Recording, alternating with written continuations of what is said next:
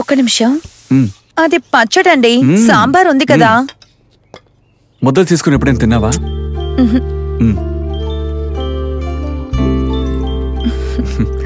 ఇదిగో తిను.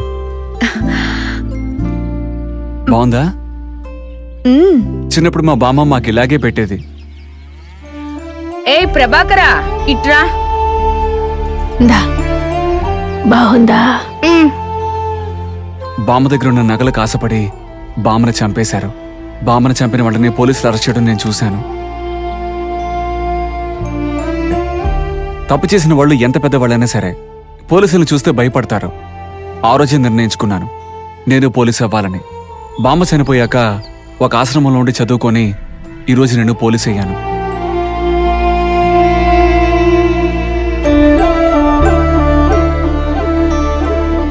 ఈ రోజుల్లో పిల్లలైనా పిల్లల తల్లిదండ్రులు అయినా ఎలాగైనా పెళ్లి చేయాలని ఆశతో 1000 అబద్ధాలు చెప్పి పెళ్లి చేస్తున్నారు. తర్వాత గొడవలు మొదలయ్యాకే ఎందుకు పెళ్లి చేశామని బాధపడుతున్నారు.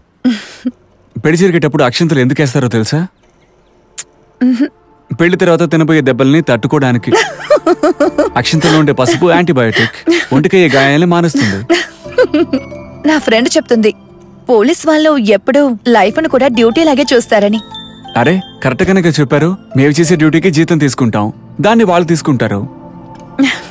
సార్ ఇది మీకు. థాంక్స్.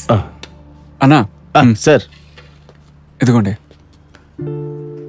పోలీసులంటే అందరూ ఫ్రీ అని అనుకుంటున్నారు. నేను కొంచెం న్యాయంగా ఉంటాను. నేను తాగే టీకి కూడా డబ్బులు చెల్లిస్తూ ఉంటాను. నేను అంతలాగా లంచం తీసుకుని పోలీసులా ఉండకూడదు కదా. మీ న్యాయానికి అసలు అంతే లేదు. ఈ టీలో కొంచెం కూడా చక్కెర లేదు. బాగుండే టీలో చక్కెర ఉంటుంది, కానీ లేటుగా తెలుస్తుంది.